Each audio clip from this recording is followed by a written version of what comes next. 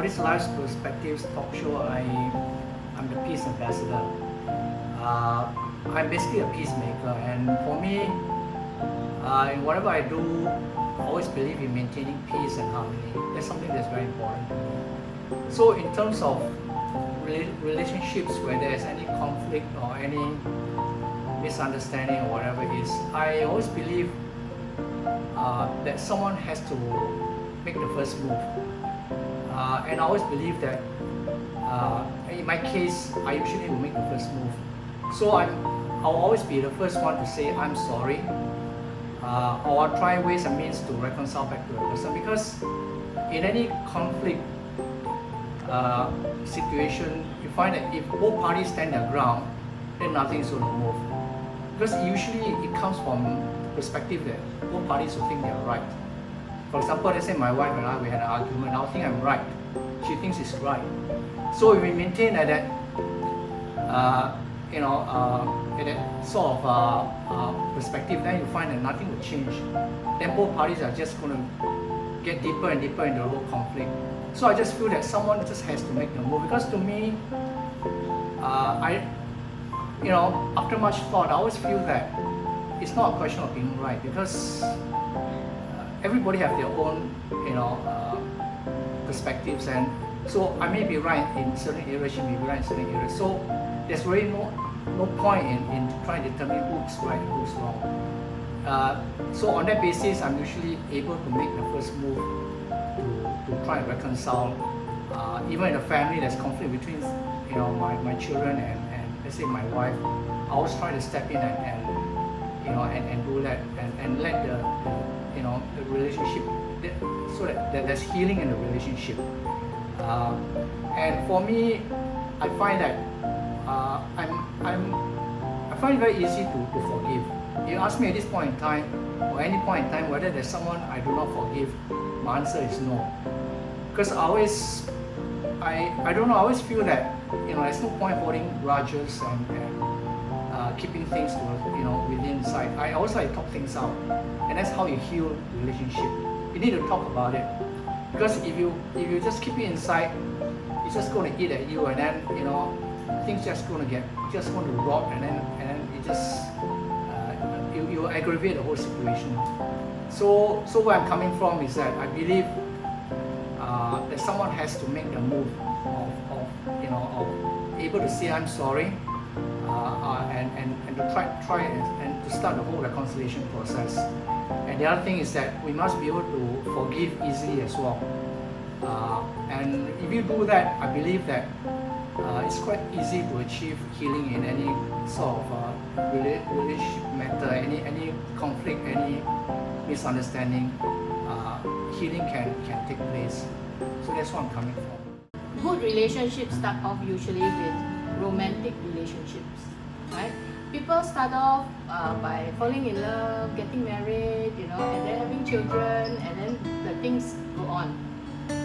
So the thing is that we always have the best part of the relationship, and we can also face the worst part of the relationship if it is not managed well.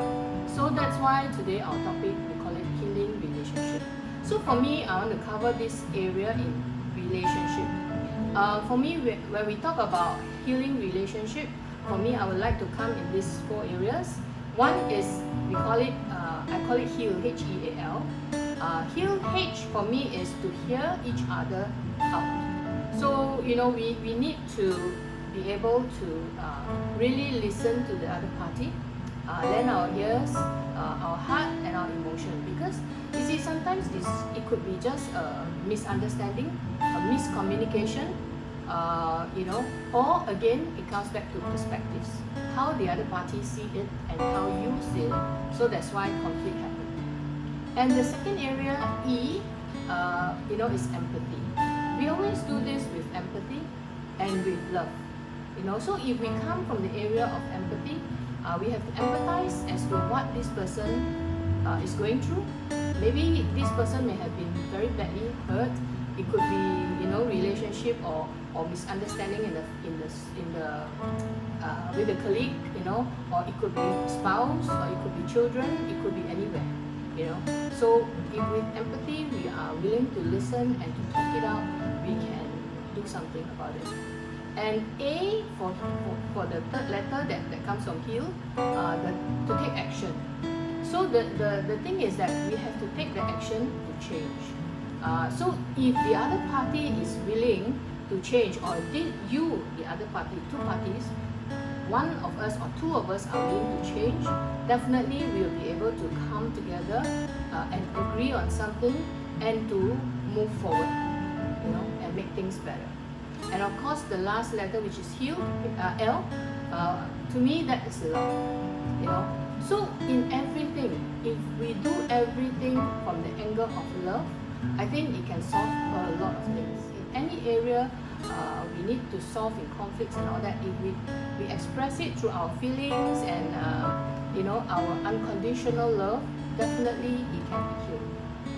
So finally, of course, I would like to talk about time as well, because given time, things will heal slowly but surely, So I'd like to share a story of this old couple who have been married for 70 years.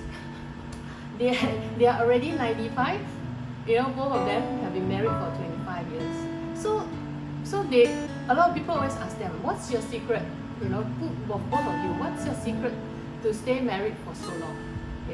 So for this old couple, it's very simple: give and take, and of course, if there's only one thing that you can think of the other party which is good to you, the positive part, focus there. So if you focus there, you will never give up, and endurance, and the time will heal. Have I already have a balanced view about the facts, like what is really going on? Because I feel each of us, we come from different angles. So for example, if it's a parent and child, so one comes from a mother's perspective, the other one comes from a child's perspective.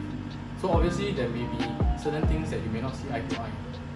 So first I try to question, like, am I seeing everything that is to be seen in the situation? And am I able to be as unbiased as possible?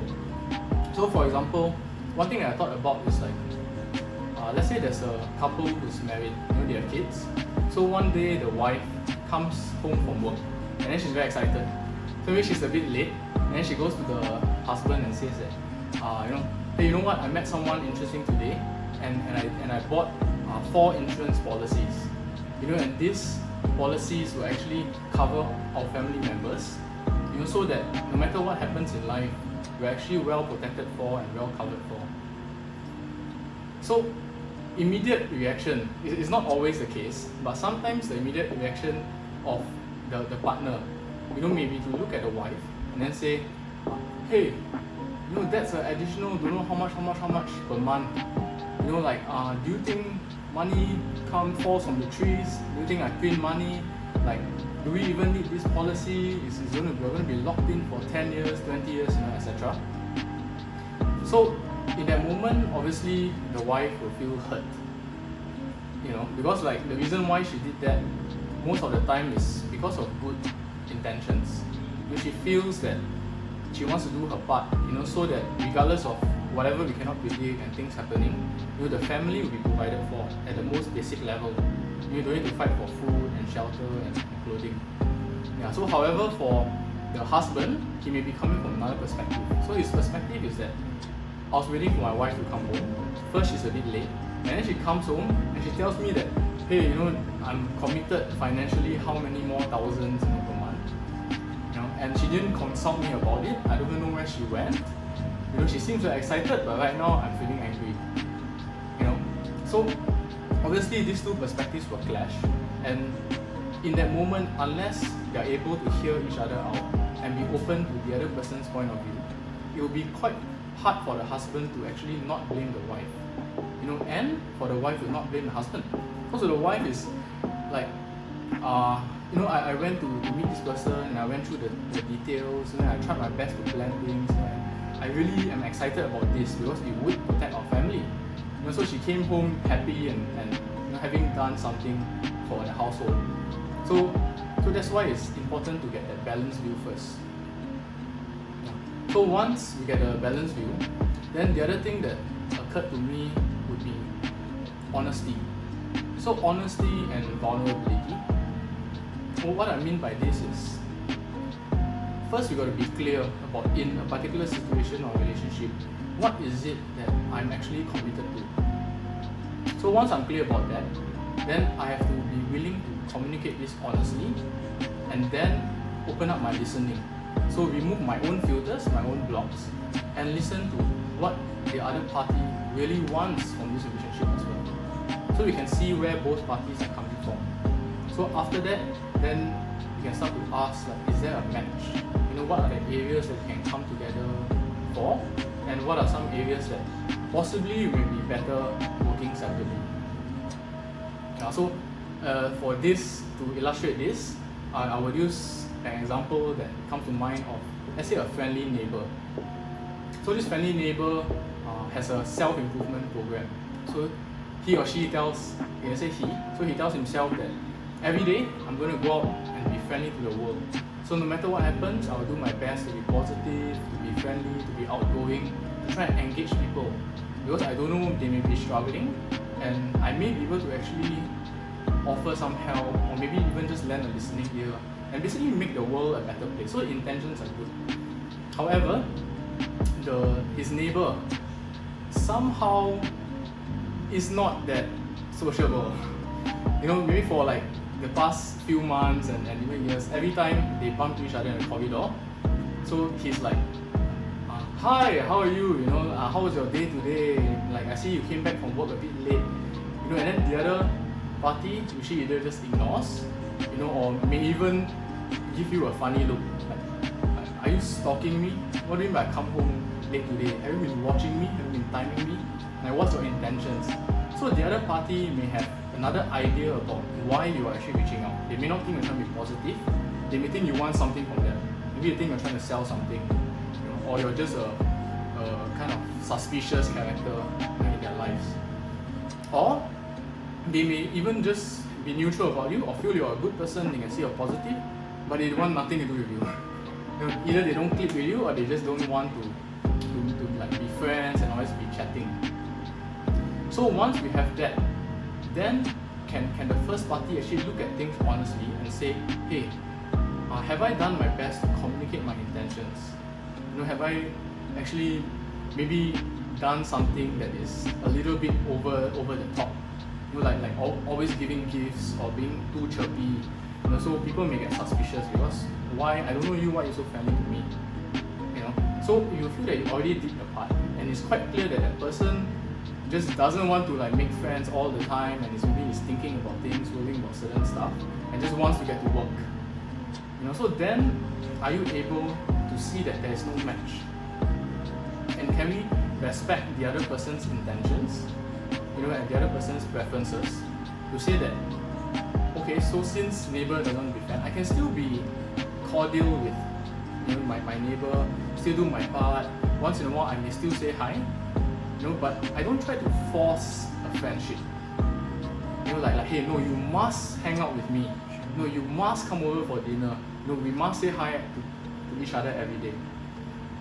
So this, I feel, is a much more graceful way to approach situations, so people don't feel pressured, and they don't feel that they're trying to do something or get something out of it. And after all, that's the only perspective that works. Because if somebody doesn't want to be your friend, it's like, why are you trying to force things?